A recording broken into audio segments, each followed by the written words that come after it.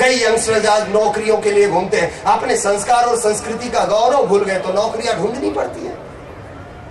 एक व्यक्ति, आज मुझे भी याद है, मैं पिछले बार के मंत्राज में थोड़ी बात मैंने बोली थी इसकी। एक व्यक्ति 40 गांव का, मुकुंद दायमा उसका नाम, मेरे पास आया और कहा कि भैया मुझे आपकी इतनी पहचान है, कोई नौकरी दिलाओ। तो मैंने कहा मूर्ख, तेरे घर में मैं आ चुका हूं और तेरी पत्नी इतने सुंदर व्यंजन बनाती है, खाने की चीजें, तू उसको बेच, नौकरी क्यों मांगता है? ज्यादा कमाएगा, 5-6 हजार की नौकरी से क्या होगा। मैंने उसको एक बात बताई, उसकी पत्नी चकरी बनाती है, वो तीखी नमकीन चकरी होती है ना, गोल गोल गोल। तो मैंने कहा तू उसको बना, उसको बेच, बहुत पैसा मिलेगा। तो उसे थोड़ा लगा कि ये क्या कह रहे हैं। मैंने कहा तू चिंता मत कर, 1-2 जगह के मैं कांटेक्ट दे दूंगा विदेश में, तू वहां पर सिर्फ भेज, अच्छे पैसे कमाएगा। तो मैंने कहा सिर्फ उसके लिए थोड़ा नाम ऐसा रखना था कि लोग वहां पे, अब तू कहेगा मुकुंद की चक्री, कोई नहीं खरीदेगा। मैक्स चक्री होगा तो तुरंत लोग दौड़ेंगे, क्योंकि भारत के लोगों को आदत पड़ी है थोड़ा ऐसे नाम हो, कोई थोड़ा बनावटी, और ये रैपर को देखते हैं, प्रोडक्ट को नहीं देखते इंडिया के लोग। उसकी बहुत श्रद्धा थी और उसने वो चक्री बनाई। मेरे दोस्तों, जो मेरे पास मुकुंद दायमा 5-7 हजार की नौकरी मांगने आया था, जब मेरे पे श्रद्धा रखी उसने, मैंने कहा कि तू इस चक्री को बेचना। पहले 1 साल के अंदर 2 देशों में, सिर्फ 2 देशों में, 1 साल के अंदर 2 देशों में उसने वो चक्री भेजकर 57 लाख रुपए का टर्नओवर किया। और आज अभी वो व्यवसाय कर रहा है अपना। जामनगर में जाओ, HJ व्यास की कचौरी 60 रुपए की कचौरी है, लेकिन उस बुद्धिशाली व्यक्ति ने संस्कृति का गौरव किया। उसे पता था कि बाहर के लोगों को ज्यादा नहीं पता है, उसने उस कचौरी के फैट्स, कैलोरीज मेंटेन किए, ISO सर्टिफिकेट लिया। 60 रुपए की कचौरी वो HJ व्यास विदेशों के अंदर 650 रुपए पर केजी बेचता है, और कांच का पूरा शोरूम बनाया। इंडिया में उसकी कचौरी मिलना मुश्किल है, लेकिन विदेशों में कंटेनर भर भर के भेजता है। हमें अपने संस्कृति का गौरव नहीं रहा। इस देश के अंदर क्या नहीं है मेरे दोस्त, क्यों भीख मांगता है ऐसी मल्टीनेशनल कंपनियों से, क्यों भीख मांगता है? थोड़ी क्रिएटिविटी ला अपने अंदर। पप्पा अगर फार्मिस्ट है, केमिस्ट की दुकान है, तो बेटा उधर ही चिपकेगा, वो भी केमिस्ट की दुकान, उसका बेटा वो भी केमिस्ट की दुकान। 7 पीढ़ियों से हमारा एक ही धंधा है, गौरव लेता है, कुछ नया करना। पप्पू क्रिएटिव हो, कुछ अपनी चीजों को बाहर ले जा, थोड़ा समझ। लोगों को पता नहीं हमारे देश में क्या क्या नहीं है। जितनी फैशन इस भारत देश में है, विदेशों में नहीं है। विदेशों के कपड़े गिनने जाओगे, उंगलियां खत्म हो जाएगी। जींस में पैदा होते हैं, जींस में चले जाते हैं। और कई माँ बाप हमारे यंगस्टर्स जो है उनके प्रति शिकायत करते रहते कई बार कि यहाँ आज के यंगस्टर्स संस्कृति से विमुख हो गए हैं, पाश्चात्य संस्कृति की तरफ चले गए। और मैं उनको बार बार कहता हूँ, आज के यंगस्टर्स आपसे ज्यादा आगे हैं इस देश में। शायद आपको पता नहीं होगा, आपको भले ही लगता है कि वो पाश्चात्य संस्कृति की तरफ आकर्षित हो रहे हैं, ऐसा नहीं है। मैं भारत में घूमता हूँ, अपने मित्रों में घूमता हूँ, यूनिवर्सिटी जाता हूँ, ये यंगस्टर्स भले ही जीन्स पहनते हैं, ये यंगस्टर्स भले ही जीन्स पहनते हैं, लेकिन इनके अंदर जीन्स हमारे ही है, इतना विश्वास रखना। रैपर में मत अटको, हमारी अंदर की प्रोडक्ट हमारी है। आज इस देश के प्रति और धर्म के प्रति यंगस्टर्स में जितनी श्रद्धा है, शायद आप में भी नहीं होगी। इतनी विराट चेतना यंगस्टर्स के भीतर हो रही है इस देश को लेकर, घूमोगे तो पता चलेगा। संस्कारों की बात फिर से आ जाती है कि हमारे फैशन देश में जितना है बाहर नहीं है। अरे 12-12 गांव तक ड्रेस बदल जाते हैं, और वो जूते पगड़ी से तो जात पहचानी जाती थी। और फैशन की मैं बात बताऊं, मैंने जैसे कहा जींस में पैदा होते जींस में चले जाते हैं। देश में, हमारे भारत देश में आओ,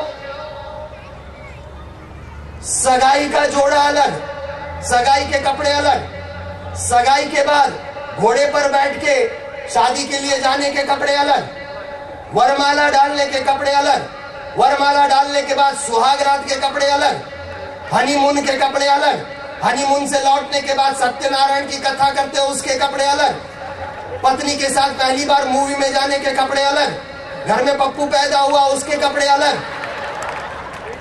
कितने तरह तरह के कपड़े पहने जाते हैं। कितनी फैशन है इस देश में, लेकिन उसको हम बढ़ावा नहीं दे पाए। नृत्य, जितना नृत्य इस देश में अलग अलग तरह का है, विश्व के किसी भी देशों में ऐसे नृत्य नहीं है। और बाहर के नृत्य विकृति की तरफ लेकर जाते हैं और यहाँ के नृत्य संस्कृति को आगे बढ़ाते हैं। यहाँ के नृत्य साधना है। इसीलिए आप देखो, माइकल जैक्सन इतना नाचा, कहीं नहीं पहुंचा, मीरा ने 2 ठुमके लगा के पहुंच गई। यहाँ के नृत्य साधना करवाते हैं। उसके आगे जाओ, आईटी में, हमारे भारत देश में युवा सबसे ज्यादा, भारत देश में आईटी के क्षेत्र में शून्य की शोध इस भारत में ही। अगर शून्य नहीं होता कैसे गिनते ये लोग? कई सारी बातें हैं मित्रों। खाने पीने की ही बात में वापस लौटता हूं कि वो जो लड़का मेरे पास नौकरी मांगने आया 5-7 हजार की, जब मैंने चक्री की बात कही, 57 लाख रुपया 1 साल में कमाया। हमें अपनी चीजों का गौरव नहीं। क्या जरूरत है बाहर भीख मांगने की? अपनी चीजों को लेकर जाओ ना बाहर।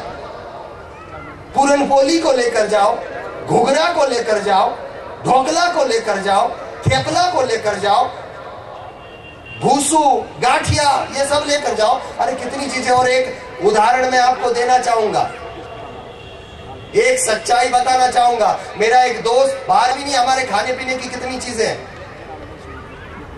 बाहर की। अगर मिठाइयां गिनोगे, गिनते जाओ, कितनी है, बोलते जाओ।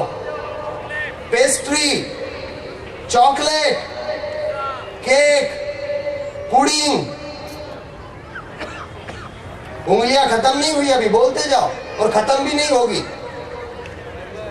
कस्टर्ड, सुफले, जेली, खत्म नहीं हुई उंगलियां। और हिंदुस्तान को एक तरफ रखो, सिर्फ गुजरात में, हमारे इस गुजरात में अगर मिठाइयों की खोज करने जाओगे, घर घर में जो बनती है, दुकानों में जो बनती है, मैं छाती ठोक के दावे के साथ कहता हूं कि इस गुजरात की धरती में मिठाइयों को खोजने जाओगे, कम से कम 10,000 मिठाई आपको मिलेगी सिर्फ गुजरात में। एक एक चीज भी एक एक युवा बाहर लेकर जाएगा, करोड़ों कमा के आएगा। क्यों? क्योंकि बाहर के लोगों को पता ही नहीं है भारत की चीजें बनती कैसी है। एक उदाहरण देना चाहूंगा, 6-7-8 साल पहले एक मेरा मित्र जापानीज लड़की से शादी करके जापान में गया। उसको ज्यादा कुछ नहीं आता था, तो वहां मेस चलाई उसने। वहां पर जो नौकरियां करते हैं वो दोपहर को खाना खाने आते थे उसके यहाँ। 6-7 साल वहां के रहने के बाद वो वापस लौटा। मैंने कहा, मेरे दोस्त मुझे बता, हमारे देश के लिए क्या विचार रखते हैं वहां के लोग? तो उसने एक घटना जो मुझे बताई, बड़ी विचित्रता लगी और मुस्कुराहट भी आ गई मुझे। फूट फूट के मैं मुस्कुराया था। उसने बताया कि महेश क्या बताऊं तुमको, लोग खाने आते थे, मैं अलग अलग चीजें बनाता था। एक दिन मैंने आलू की पकौड़ी बनाई, बटेटा ना भजिया। मैंने आलू की पकौड़ी बनाई और जापानीज लोगों ने खाई। तो मुझे हर जापानीज ने ये मुझे पूछा था कि भैया ये बताओ, इस भजिए में आलू गया कैसे? मैंने कहा, उसके सौभाग्य है कि पकौड़ी खाई, जिलेबी खाता तो कोमा में चले जाता। बार बार उठ के पूछता, ये शुरू कहां होती है, खत्म कहां होती है? लोगों को पता तक नहीं है बाहर के हमारे पास क्या क्या चीजें हैं। हम अपनी चीजों का गौरव, संस्कारों को भूल गए, संस्कृति को भूल गए। थोड़े जागो मेरे दोस्त, अपनी चीजों को बाहर लेकर जाओ। युवाओं को तो खास कहूंगा, नौकरियां मांगना बंद करो, नौकर रखना शुरू करो बाहर वालों को। इस भारत में जो चीजें हैं उसका गौरव तो करो।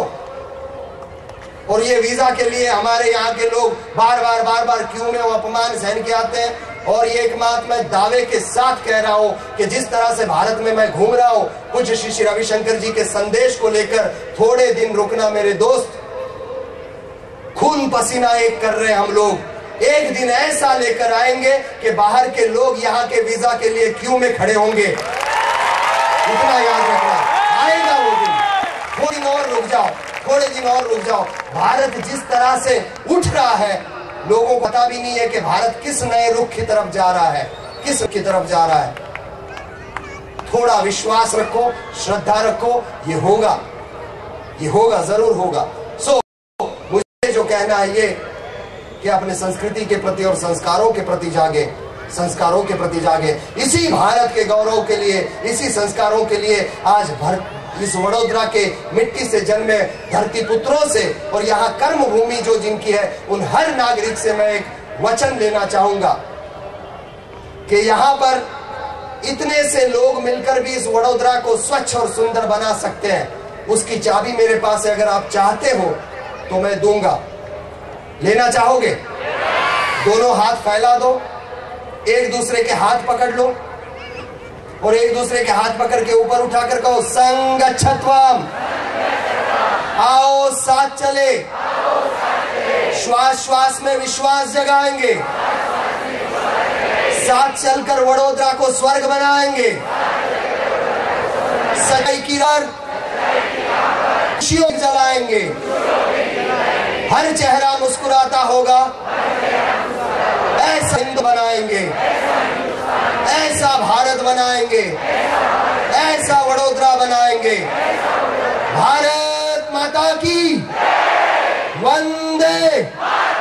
और जहां गुजरात की बात आती है, मैं देश विदेश में सभी जगह घूमता हूं। जो रास्ते आपको गुजरात में मिलेंगे इस धरती पर और कहीं रास्ते नहीं है भारत में।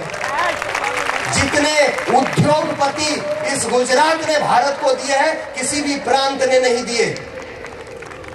इस भारत को जो आजादी मिली थी, उसके दो हीरो थे, सरदार वल्लभ भाई पटेल और महात्मा गांधी, जो गुजरात के थे।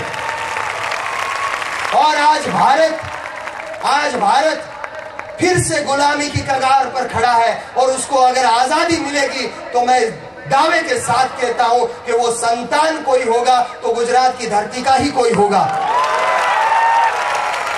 जो भारत की नई आजादी की तरफ लेकर जा सकता है। गुजरात की प्रजा में वो खमीरी है, गुजरात की पानी में वो दम है, वो दम है गुजरात की पानी में।